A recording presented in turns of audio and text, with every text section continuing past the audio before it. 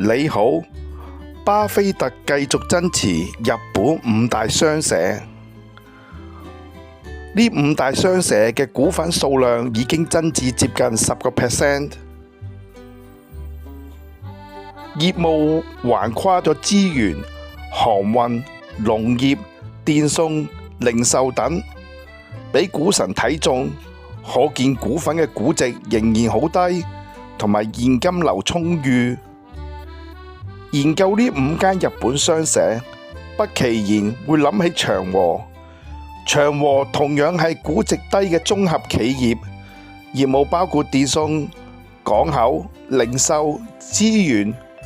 長和近期受到政治因素打壓，以前做生意往往以賺錢為先，而家要顧及生意嘅決策會唔會得罪人家，令到經營生意多咗一層風險。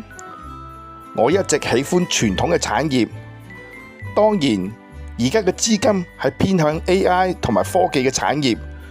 雖然我唔至於抗拒呢啲高科技，但直到而家投入嘅資金仍然好有限。